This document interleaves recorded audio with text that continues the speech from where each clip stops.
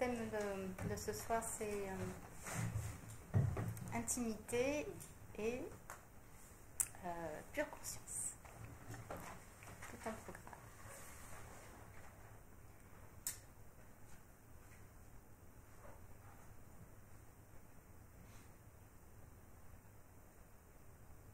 Donc cette pure conscience, c'est celle que nous sommes en réalité. Et c'est cette intimité qui nous permet de découvrir cette pure conscience. Donc les deux sont des éléments de ce que nous sommes.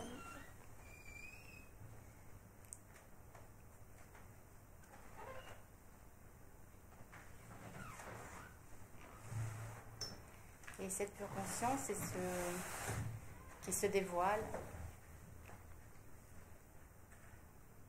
au-delà de nos tristesses, au-delà de certaines contingences matérielles,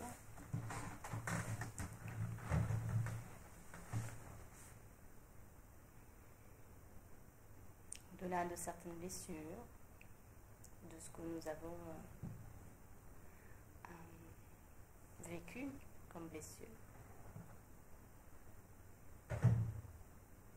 Et c'est cette intimité qui est le message en fait pour parvenir à cette conscience pure, à ce que nous sommes, c'est-à-dire l'intimité, c'est ce qui permet d'entrer au cœur de nous, dans ce déploiement, dans cette beauté. Quand on rentre dans notre intimité, c'est là où on découvre cette pure conscience, cette pure beauté, cette dimension qui est inégalable et qui est toujours présente à n'importe quel moment, qu'on peut contacter à n'importe quel moment. Mais comme au début, on n'est pas habitué à aller dans cette intimité envers nous, on est tourné vers plein de choses et contacter cette intimité, c'est pas un mouvement pour la plupart de nous qui semble naturel, puisque ce mouvement qui est à l'origine naturel, il a été un peu détourné par tout ce qui se passe à l'extérieur de nous. Et la seule réalité qui existe, c'est ce mouvement d'intimité. Puisque ce mouvement d'intimité, c'est ce mouvement pour aller dans les profondeurs, pour contacter cette pure conscience. Donc, l'intimité en soi, ça révèle le chemin ou la clé du mouvement à réaliser pour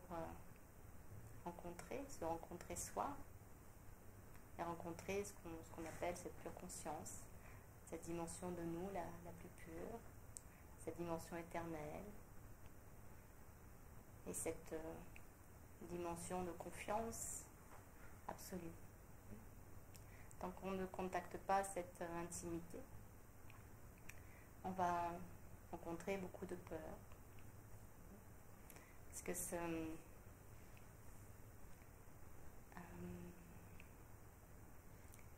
la seule manière de s'ouvrir et de se libérer de ces peurs, c'est plutôt de s'ouvrir et de contacter cette intimité. L'intimité est la clé aussi pour s'apaiser et trouver ce monde céleste. Et donc contacter cet au-delà des peurs, cet au-delà des tristesses, cet au-delà de cette course, cet au-delà de ce tumulte.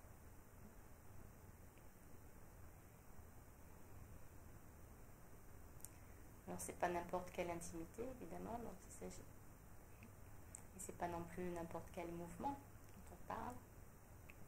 C'est un mouvement précieux. Il n'est pas facile à réaliser tout simplement parce que qui dit intimité dit nudité. Quand on va dans la douche, on enlève tous les vêtements. C'est intéressant justement d'avoir oublié ces petites affaires de toilette. Donc du coup, effectivement, plus de vêtements de rechange. Il y a des vêtements qu'on doit laisser, et puis c'est juste peut-être faire face à cette nudité, peut-être. C'est peut-être le premier mouvement à réaliser pour contacter cette intimité. Hein. Certains, on peut avoir des difficultés à faire face à nous, à notre propre regard, à ce corps, peut-être. C'est la première difficulté, la relation au corps, la relation à soi avec le corps. Il y a beaucoup de personnes qui ont besoin de se réconcilier avec leur corps. Donc, contacter cette intimité, c'est contacter notre nudité, notre vraie nudité. Donc, contacter cette nudité, peut-être que voilà, le premier mouvement, c'est se réconcilier d'abord avec ce corps. On va partir dans les étoiles, un peu si on veut, mais le mouvement, c'est là, ici, ce qui se passe là, avec lui, et avec cette beauté qui est là, ces petites cellules, ce qui est extraordinaire là en nous, en soi. Et ça, on l'oublie, parce qu'on s'intéresse à plein de choses, il y a tellement de choses passionnantes, c'est vrai, c'est la géologie, je sais pas, enfin, tous les courants de pensée, enfin, voilà. Puis on oublie finalement là, ce qui est là. Et donc quand on dit à quelqu'un de faire face à sa humilité, tout à coup, oh là là, cachez-moi ce corps. Puis il y en a qui ont des techniques spéciales pour mettre plein de choses, des vêtements qui fait qu'on le cache, ce petit corps.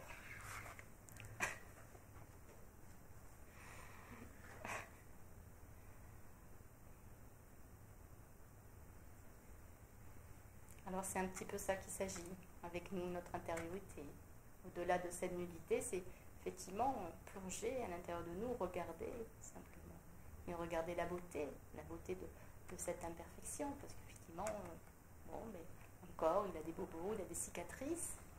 Hein, elles ont été, la chair s'est remise et on voit bien que le corps, malgré les cicatrices, il a une capacité de tout se reconstruire, de tout recréer, que la peau s'unit à nouveau. Il y a une petite intervention chirurgicale parfois de l'homme pour certaines plaies. Et à un moment donné,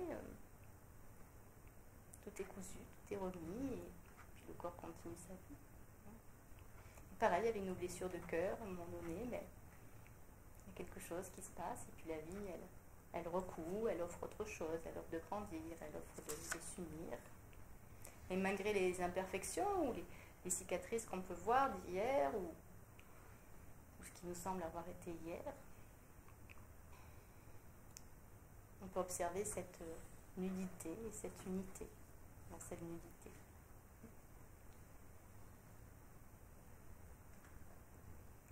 Et donc du coup, le mouvement de contacter cette pure conscience, c'est pour beaucoup au secours, parce que tout à coup, il faut se regarder, il faut regarder cette unité, cette nudité, cette intimité, être en intimité avec soi, être en communion avec soi.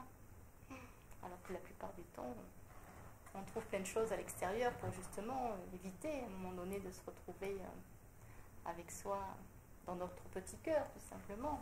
Ça, c'est symbolique.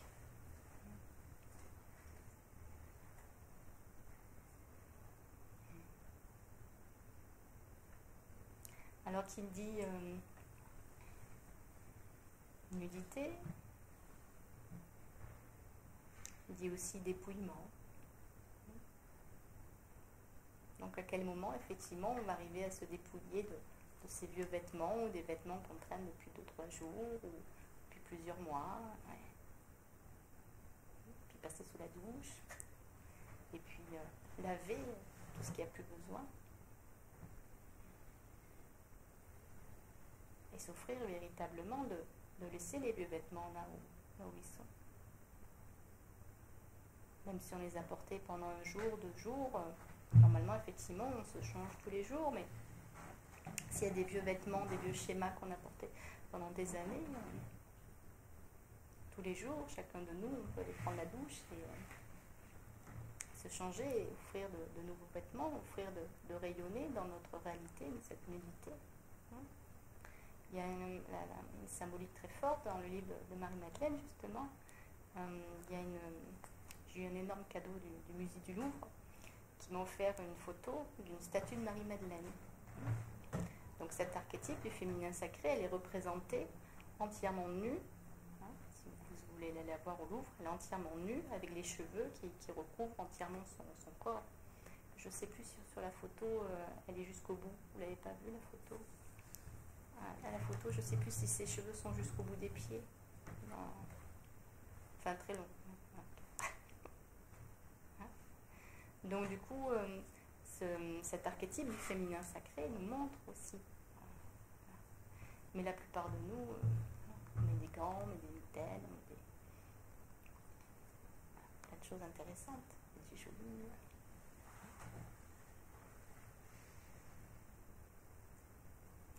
Mais à partir du moment où on s'offre cette intimité, à partir du moment où on s'offre cette nudité, on est dans le retour à l'essentiel.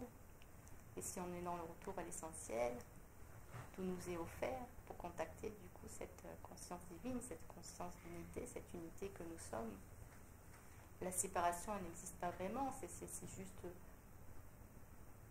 nous à faire un petit pas de tendresse, un petit pas d'intimité, un petit pas vers le cœur, un petit pas de retournement, et accepter de plonger. Encore une fois, la plupart, on cherche la guérison, il y a des choses difficiles, douloureuses, des situations un peu complexes, et on cherche la guérison. Et j'entends, et à un moment donné, moi aussi, c'était la guérison, j'avais beaucoup de souffrance. Et comme je témoigne souvent dans les conférences, on cherche la guérison, mais on a une représentation de la guérison. Et donc on cherche la guérison comme on cherche dans ce monde extérieur des réponses, des clés. Et on cherche la guérison sans faire face finalement à ce qui nous semble avoir été une meurtrissure, avoir été une dimension de trahison. Alors que la seule guérison qui soit possible, c'est lorsque justement on plonge dans cette souffrance. Et lorsqu'on plonge dans cette souffrance, tout à coup elle se dissipe et on pénètre dans cet autre monde, dans cette unité, et on découvre la beauté. La beauté, le joyau qui se cachait derrière cette meurtrissure et que nous on n'osait pas contacter. Et cette blessure, pendant un temps, elles peuvent nous servir d'excuse aussi pour ne pas plonger. Parce que j'ai trop mal, alors du coup je plonge pas. Et ça veut dire je résiste. Et le vrai mouvement de guérison, c'est lorsqu'on s'offre de plonger là-dedans. Et lorsqu'on s'offre de plonger, on découvre cet océan. Donc, comme on ne s'offre pas de plonger, comme on ne s'offre pas d'aller dans notre intimité, d'aller dans cette nudité, on s'ouvre à plein d'outils, on s'ouvre à plein de choses, plein de voies, plein de connaissances. Bon, mais le seul mouvement, c'est véritablement cette plongée. Donc, tant qu'on ne réalise pas ce mouvement, la guérison ne s'opère pas. Et c'est vrai que dans ce qui m'a été donné de contacter, moi, ma guérison, c'était mes arbres. À un moment donné, je voulais aller à ma forêt amazonienne, ma forêt tropicale humide, quand je voulais me guérir, sentir les poumons de la vie, sentir... c'était mon concept de guérison, ma première piste de guérison. Puis la vie, mes arbres, je les ai pas vus. Une amie venue me dire, non, pars pas toute seule, je pars avec toi, j'organise tout. Je dis, ok, tu organises tout, mais je veux ma forêt. Puis la forêt, elle n'avait pas prévu au programme. Je suis allée faire un baptême de plongée. Le seul endroit au monde où je ne voulais pas aller. Parce que ma mère s'est noyée. C'est terrible. Mais la vie m'a montré quel était le seul mouvement de guérison possible.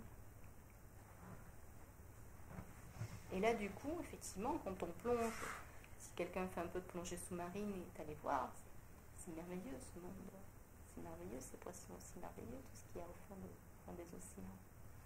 Et c'est à nous de ramener à chaque fois de chaque plongeon tous ces joyaux, toute cette beauté. Pas le ramener en les attrapant, mais les ramener avec ce regard qui est nourri, qui s'est ouvert par rapport à ces représentations étroites qu'il avait de la guérison.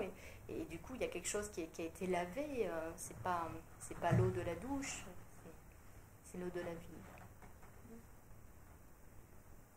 Mais ça veut dire d'aller pile là. Mettre le doigt là où on refuse, on fait des échappatoires, donc on cherche la guérison, et la guérison elle est juste là, mais nous on fait plein de détours, plein de chemins, parce qu'en fait on veut éviter ce petit point ultime. Alors que ce petit point ultime qui permet de transcender.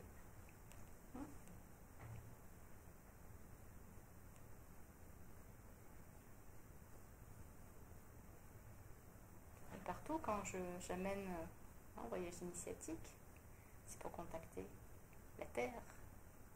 C'est la Terre. C'est cette Terre qui nous habite.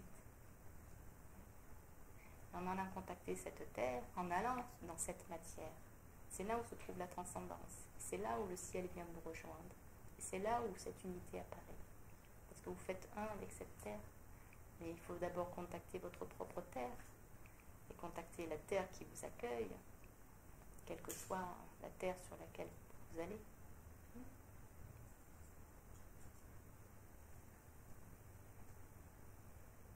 Donc du coup, la nudité ne devient pas un état, mais devient un mouvement de transcendance.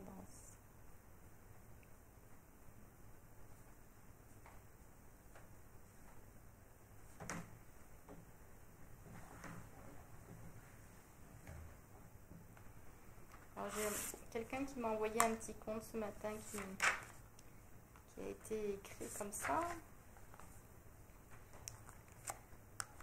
Alors, de la différence et des contraires, afin qu'au cœur de chaque créature vive la vie dans l'unité.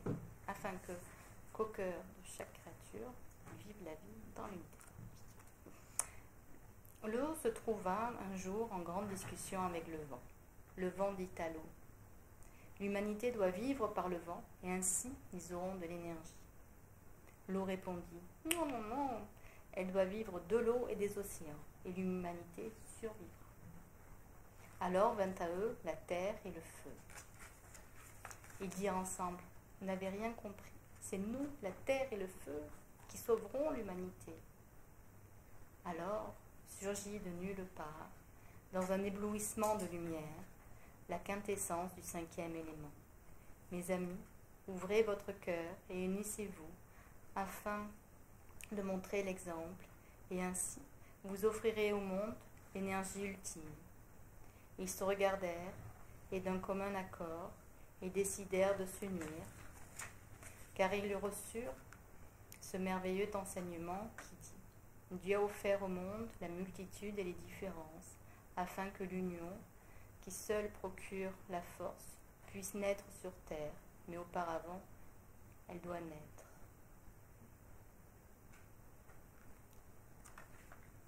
Donc il y a quelque chose à trouver à l'intérieur de nous, de cette réunion.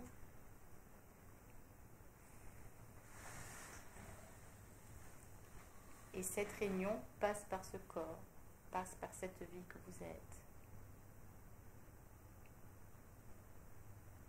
Passe par contacter tous ces éléments dans sa pureté. Chaque élément a sa propre pureté. Et tous les éléments ensemble forment cette force de vie que vous êtes. Et là, vous verrez monter la sève.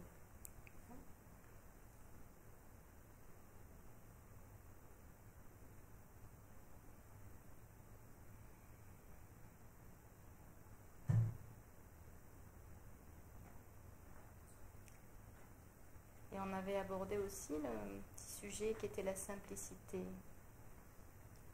Simplicité lundi avec le Web Satsang. Et la nullité. C'est ce qui permet de contacter enfin notre simplicité.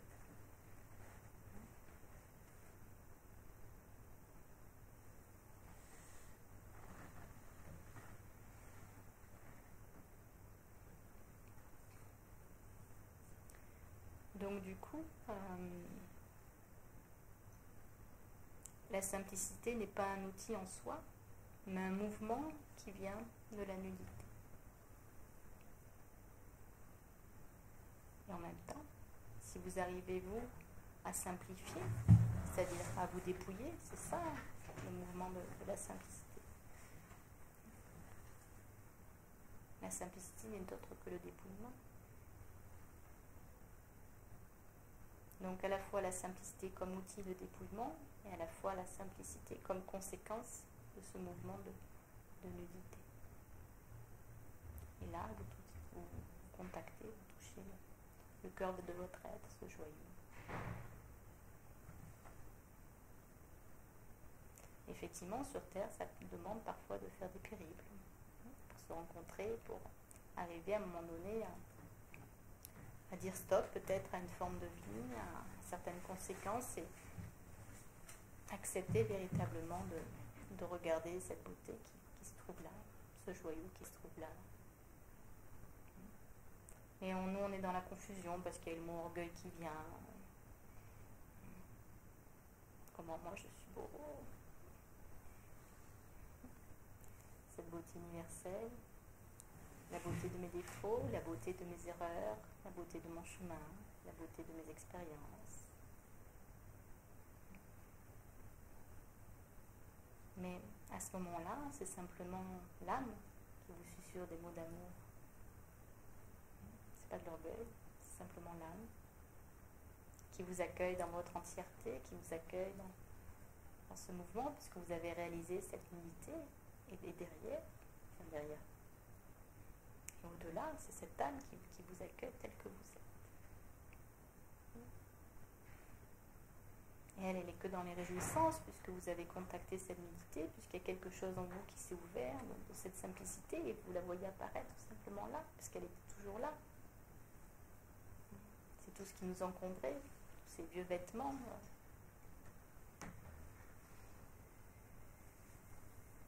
C'est vrai qu'aujourd'hui on prend beaucoup de choses, il y a des chemises, des surchemises, des cravates, des costumes, des gilets, on peut en mettre des couches.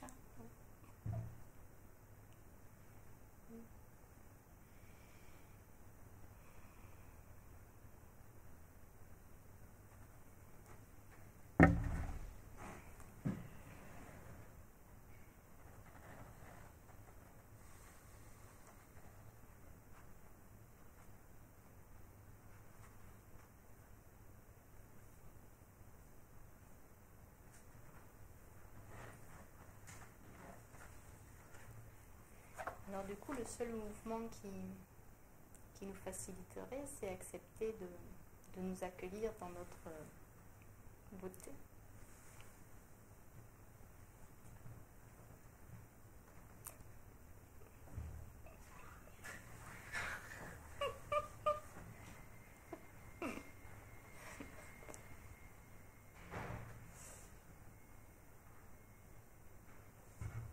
À quel moment on va modifier notre vision, à quel moment on va voir les intempéries, à quel moment on va voir tout ce qui a jailli,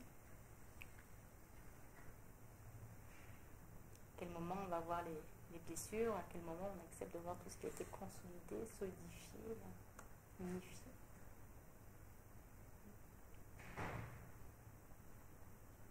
Et si on change cette vision, c'est là où on va pouvoir naviguer, puisque tout va être que beauté à partir de là. Tout va être que déploiement à partir de là. Ce qui nous semble dualité, c'est un déploiement pour parvenir à quelque chose d'incroyable, qui est tout simple, qui est quelque chose au creux de nous. Et cette force, ou cette puissance que certains appellent, c'est l'humilité. Avec l'humilité, tout est possible.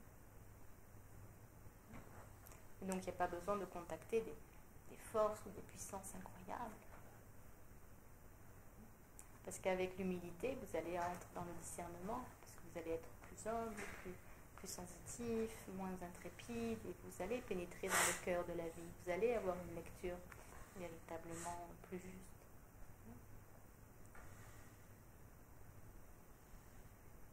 Et l'humilité est aussi une clé pour la simplicité.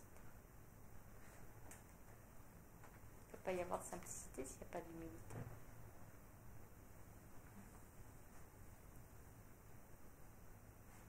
Donc être humble, c'est aussi défaire ses vêtements. Et dans le couple, quand les deux êtres se rejoignent, ce qui est merveilleux, il y a voilà, à un moment donné, chacun se dénude, chacun s'offre à l'un à l'autre. Mais qu'est-ce qui s'offre mutuellement? C'est cette unité, Et là, on n'est plus au cœur des intempéries. Et il y a peut-être une intempérie dans la journée, il y a peut-être plein de choses, mais là, dans cet espace-là, dans cet espace sacré, dans cet espace où les deux êtres se regardent, où les deux êtres se déshabillent, et ils vont pénétrer dans le cœur de l'un de l'autre, dans la chair de l'un de l'autre.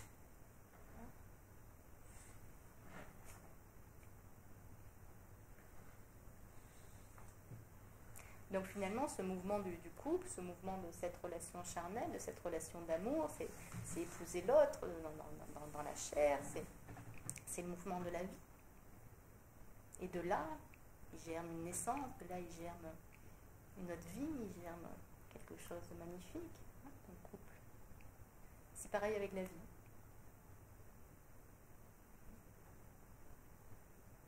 Quand vous enlevez les vêtements, que ce soit devant la glace, que ce soit devant votre âme, devant Dieu, devant la vie. Si vous acceptez d'aller en amour tel que vous êtes,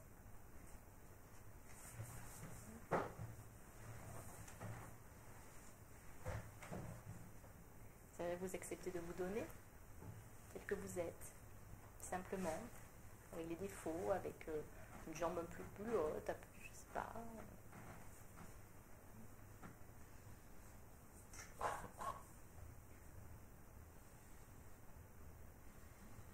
Et c'est ça qu'on appelle embrasser la vie. C'est tout aimer. La gourmandise. C'est aimer pleinement. C'est pas à moitié. Quand on est gourmand, quelqu'un qui est gourmand, je suis gourmand, les éclairs au chocolat, c'est en entier. C'est pas prendre juste un petit bout délicatement. Bon, je vais le manger délicatement quand même, mais. Là, voilà, il y a une dimension de faire l'amour, mais comment? Enfin, voilà, comment on goûte la vie, comment on goûte à. On n'est pas là pour la dévorer, mais nous on la dévore, on court, la voiture, la claque, et on la dévore, et elle nous dévore.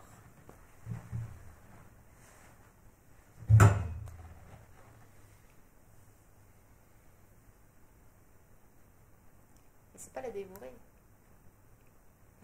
c'est la goûter, mais pleinement, pas n'importe comment, pleinement. Ça veut dire que quand vous mangez quelque chose, c'est vraiment toute cette bouche, là, toutes ces saveurs, tout ce qu'il y a dans ce palais, c'est pleinement. Et vous ne pouvez pas vous dénuder en moitié. Quand vous allez sous la douche, c'est entièrement dénudé. Vous ne pouvez pas garder, je sais pas, un petit orteil avec un bout de chaussette. Une petite feuille de vigne devant.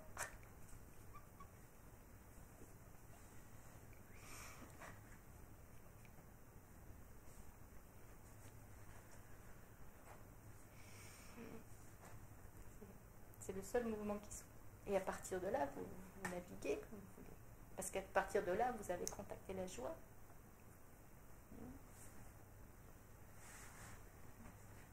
Vous, à l'état sauvage.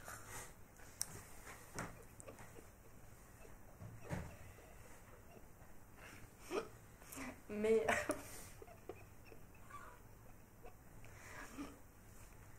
transformé, mais pas dans l'animalité. Donc passer de l'état sauvage à l'animal, à l'état sauvage vraiment redressé, humanisé pleinement. Tant qu'on n'est pas dans cette douceur, c'est qu'on n'est pas pleinement humanisé. Peut-être que la difficulté, c'est être pleinement humanisé. Et aujourd'hui, on est robotisé. Enfin, les chaînes de production, les gens qui travaillent à la chaîne, ou la dimension d'esclavage, on en parle tout le temps, mais aujourd'hui on est robotisé. Mais ça, c'est pas la vie. La vie, c'est l'humain. Pas n'importe comment, c'est pleinement humain. Mais est-ce qu'on contacte, nous, ce pleinement humain, ce pleinement charnel? Voilà. On n'a pas envie, on garde juste là, puis Peut-être qu'on va le regarder un jour, le corps, mais pour le moment, bon, là, ça compte, ça va. Mais pleinement humain, c'est pleinement. Et dans le pleinement humain, si vous avez retrouvé qui vous êtes pleinement humain, l'humilité, l'humanité, c'est pleinement divin, puisque du coup la terre vient vous épouser, puisque du coup la vie vient vous épouser, puisque du coup l'âme vient vous épouser, l'univers vient vous épouser, Dieu vient vous épouser, enfin, l'ultime, peu importe les noms que l'on met derrière, mais c'est là où sont les épousailles, là où la transcendance.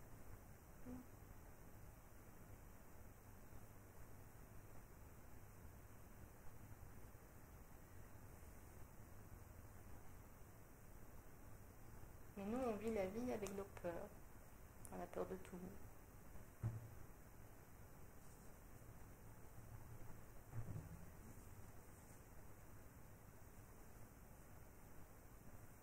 Parce que toutes nos attentes, toutes nos projections, tout ce qu'on aimerait. Et les peurs viennent de là. De tout ce qu'on aimerait et qui va peut-être venir ou pas, mais...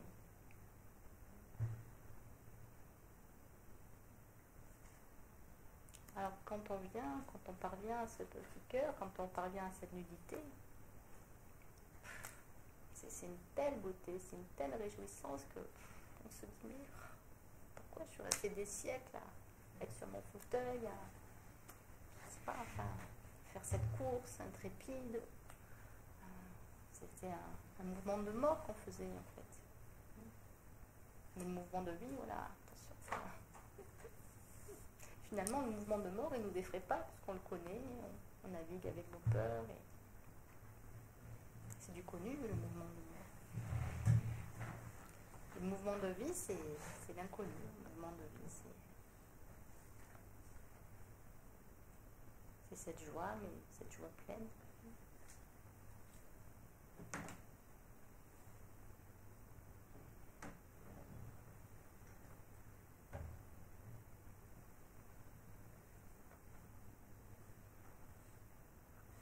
Est-ce qu'il y a quelques questions?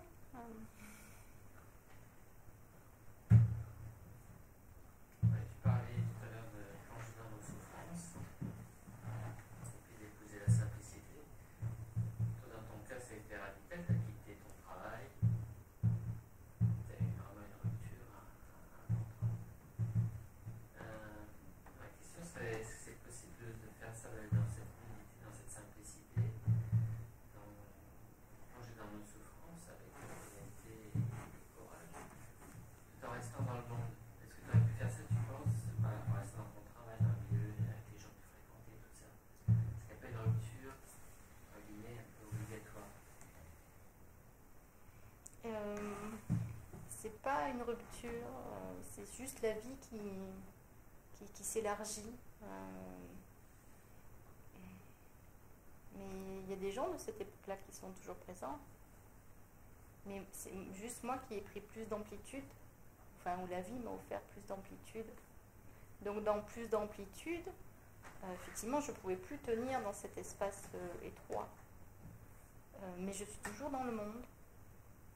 Simplement, ce que ça a permis, ça d'ouvrir une telle amplitude, c'est comme si aujourd'hui tout ce qui se met en place, c'est tout ce qui fait, tout ce qui m'a été donné depuis cette époque-là, avant et tout ça. Donc c'est une réunion de tout. Et à chaque fois, quand je cherchais dans la dimension limitée.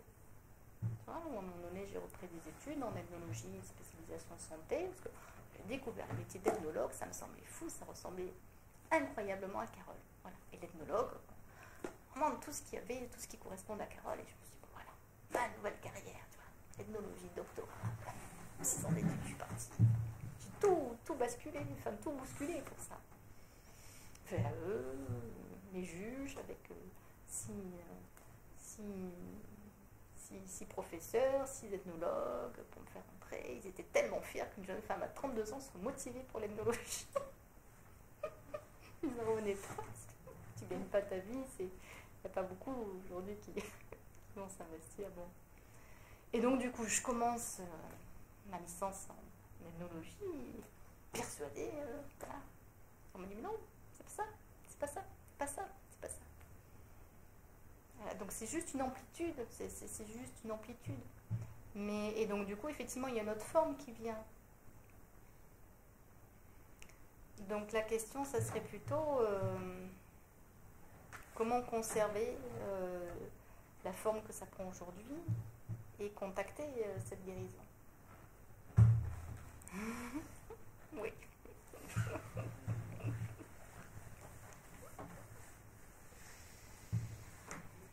Tout s'ouvre à la dimension de chacun. Donc la manière dont ça s'est ouvert pour moi, ça va s'ouvrir de manière différente pour vous, et par rapport à ce qui vous correspond, par rapport à ce qui est possible pour vous. Donc ça ne va rien vous enlever de ce que vous avez aujourd'hui, ça va l'amplifier. Mais par rapport à ce qui est juste, ce qui vous correspond. Donc peut-être que la forme aujourd'hui, elle va rester telle qu'elle, et qu'à l'intérieur de cette forme, vous allez naviguer. Mais c'est surtout être à l'écoute de cette dimension intérieure. Moi, j'ai fait qu'écouter cette intuition qui est devenue conscience, qui s'est déployée. Et bon, alors moi, j'ai pris un espace important, parce qu'à un moment donné, je me suis dit, bon, je vais où? Je prends la planète Terre. Bon, ok, finalement, l'Europe, c'est pas mal. Okay. Puis après, oh, bah, finalement, la France, c'est pas mal. Bon, okay. Bon, allez, Bordeaux, c'est pas mal. Bon, hop.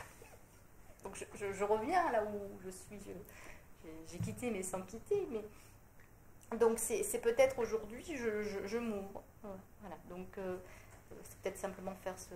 Si je lâche tout ce qu'il y a aujourd'hui, toutes les formes qu'il y a aujourd'hui dans ma vie, je m'ouvre et finalement, tiens, qu'est-ce qui peut se manifester là? Et qu'est-ce que la vie va animer là? Et aussi que mon petit cœur, il va vibrer là. Et peut-être que la vie va te dire de continuer dans la direction où tu es.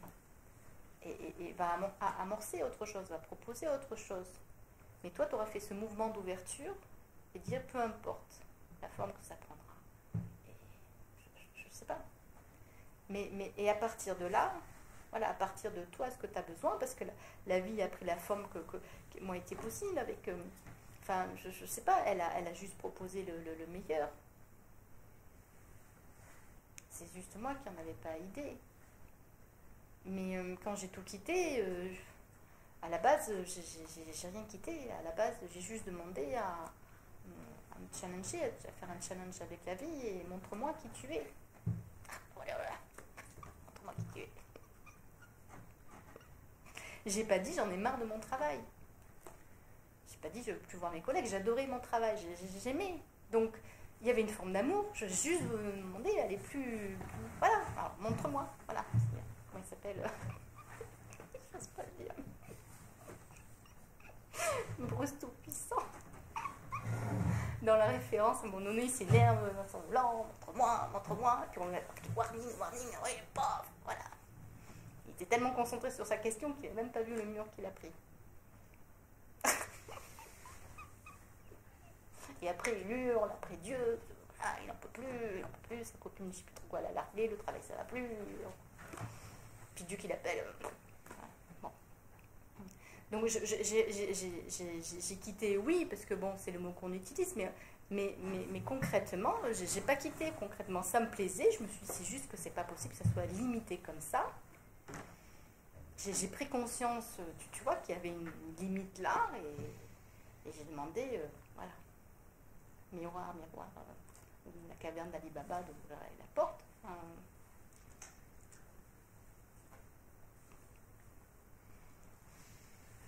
La caverne d'Ali Baba a ouvert sa porte. Mais derrière, effectivement, c'est la vie qui a transformé. C'est plus d'amplitude, mais j'ai rien quitté, c'est plus d'ouverture, c'est tout.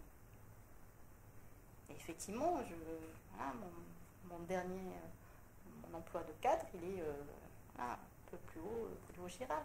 Je vais aller voir mes collègues. Ça fait énorme parce que ça fait quoi 20 ans quasi que j'ai quitté et ils sont toujours là, certains.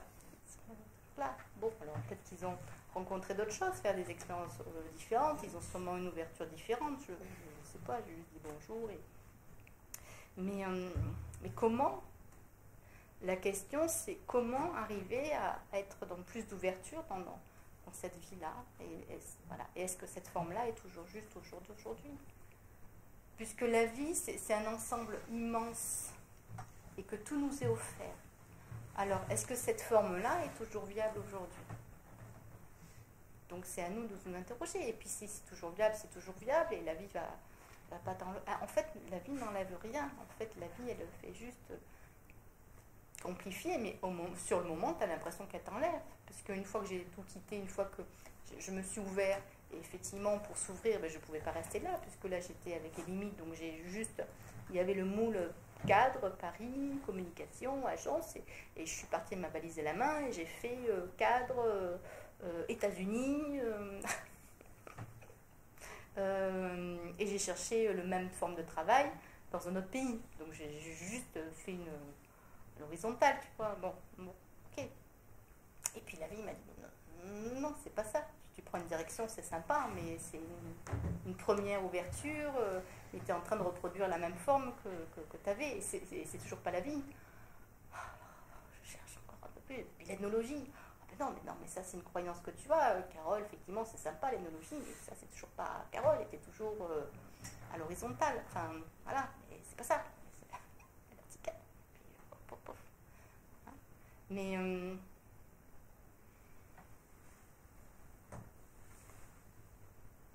c'est juste à quel moment nous on choisit véritablement la vie, et peu importe la forme que ça prend.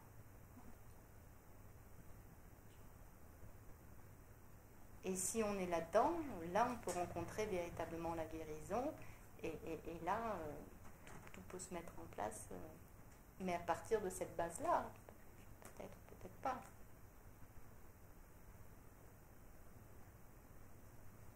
En tout cas, à partir de cet impulse, à partir de ce souhait, moi j'avais un désir ardent, ça me semblait énorme que cette vie, ça ne peut pas se limiter à une ascension sociale, ça ne peut pas se limiter à un travail, et même s'il est passionnant, ça ne peut pas être ça.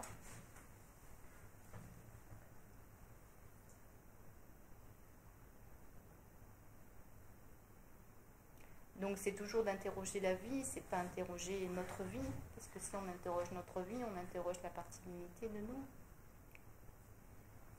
Hein? Comme qu'est-ce qu'il faut faire? Moi je prends le globe terrestre et je regarde. Mais je suis revenue à Bordeaux, je suis revenue là où j'étais, mais juste différemment. Et après c'est de jouir pleinement. Donc est-ce que là, au jour d'aujourd'hui, j'arrive à jouir pleinement, à prendre plaisir véritablement à ce qui se met en place là, au jour d'aujourd'hui?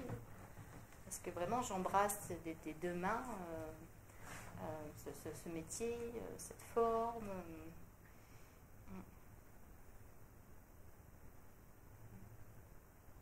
À partir de notre désir, tout s'ouvre. Alors la vie peut aussi nous mettre des blessures pour qu'on titille et qu'on aille vers ce plus de désir, vers cette ouverture. Mais à un moment donné, il y a quelque chose qu'on impulse, un mouvement, une prise de conscience pour aller vers cette unité. Mais c'est la vie, enfin voilà, la vie est unité, on parle de vie, mais quand on parle de vie, on parle d'unité. Donc vivre la vie pleinement, vivre l'unité, c'est vivre simplement avec une amplitude totale. Mais ça veut dire côtoyer la liberté. Et là, les chocottes. C'est ça l'enjeu. C'est l'enjeu de la liberté derrière. Est-ce qu'on accepte véritablement de rentrer dans cette liberté, de s'en remettre totalement à cette vie, et peu importe ce qu'elle va nous offrir? Moi, pendant des années, je me suis accrochée à mes représentations dans le marketing et la communication, et je me suis bien à essayer de mettre en place un projet dans le marketing, un deuxième projet et un troisième projet. À un moment donné, c'est pas ça. Donc est-ce qu'on accepte d'interroger la vie? Est-ce qu'on accepte de s'en remettre à elle?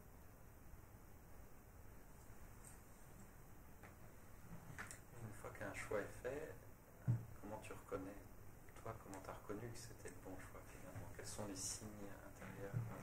Alors, au fur et à mesure que je disais oui à la vie ou non à certaines choses qui ne me semblaient pas me correspondre ou ne semblaient pas être la vie, donc je m'affinais en discernement, il y a des guérisons qui se manifestaient, donc le corps se libérait concrètement. Bon, dans mon cas de figure, effectivement, il y a eu ces grâces qui sont venues à plusieurs reprises, des choses très très fortes, des feux dans le main, où je me suis retrouvée les mains une dimension de chauffement, je ne sais pas comment dire, mais de brûlure tellement intense que j'ai compris qu'il y avait un bouchon qui avait sauté, que ses mains étaient simplement en train d'exprimer une dimension de feu incroyable.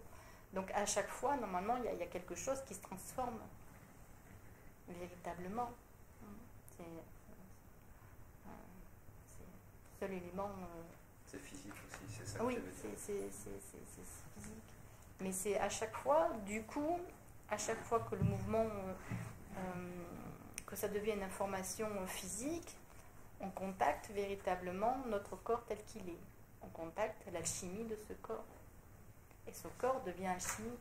Ce corps devient plus une limite. Effectivement, il semble limité, il y a une forme, il y a une structure, il y a voilà, peut-être un carcan, tout ça, certains, ça leur ressemble à une prison, ce corps, quand on est malade, ça semble... Voilà. Mais en fait, à l'intérieur de ce corps, il y a tout un mouvement, toute une vie qui se met en place, et à un moment donné, on contacte cette alchimie. Alors au début, on balbutie, tiens, une libération, et oh, tiens, une libération, bon, et puis voilà, et en fait, petit à petit, la vie est en train de germer, et tout est en train de fleurir petit à petit, et ce champ de terre glaise qui était inoccupé, ou inachevé, ou pas travaillé, hein, comme un jardin en friche, à un moment donné, tiens, il y a le printemps, et puis il y a plein de fleurs qui apparaissent. Donc c'est un peu ça qui se passe, hein, symboliquement. Et donc du coup, quand vous semez les graines et qu'elles n'arrivent pas à pousser, bon, mais au fur et à mesure, vous enquêtez, vous essayez de comprendre la terre, comprendre votre terre, comprendre les graines, et à un moment donné, vous arrivez à un jardinier, ça peut, on peut prendre des cours, on peut prendre des techniques, on peut... bon. Mais après, il y a, moi j'essaie de jardiner à la maison, un peu de balbutiement, puis on comprend, puis voilà, puis une petite fleur là, puis une autre petite fleur là, et puis il y en a certaines qui ne tiennent pas, et voilà. Donc il y a aussi, toi en plongeant dans ta propre terre, tu arrives à savoir comment ce terreau, comment ça se passe, et à quel moment l'arroser, enfin... voilà. Et là, tu rentres véritablement dans cette dynamique de vie, dans cette dynamique de joie.